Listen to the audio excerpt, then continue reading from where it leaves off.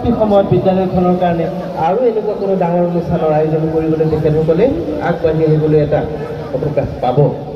আৰু মনৰ ভিতৰত যিখিনি কথা আছিল আজি দেখিলোঁ সঁচাকৈ ফলগতি হ'ল। আজি মোৰ আপোনালোকক ইয়াত দেখা পাই মই যেন মোৰ চকু পানী ওলাব মোৰ এনেকুৱা এটা অনুভৱ হৈছে। কাৰণ মোৰ বাবে এইটো এটা বৰ ডাঙৰ কৃতজ্ঞতাৰ চিন যে আপোনালোকক একেলগে লগ পাইছোঁ। মই আপোনালোকক সকলোকে লগ পাই মই আপোনালোকক অশেষ ধন্যবাদ জ্ঞাপন কৰিছোঁ।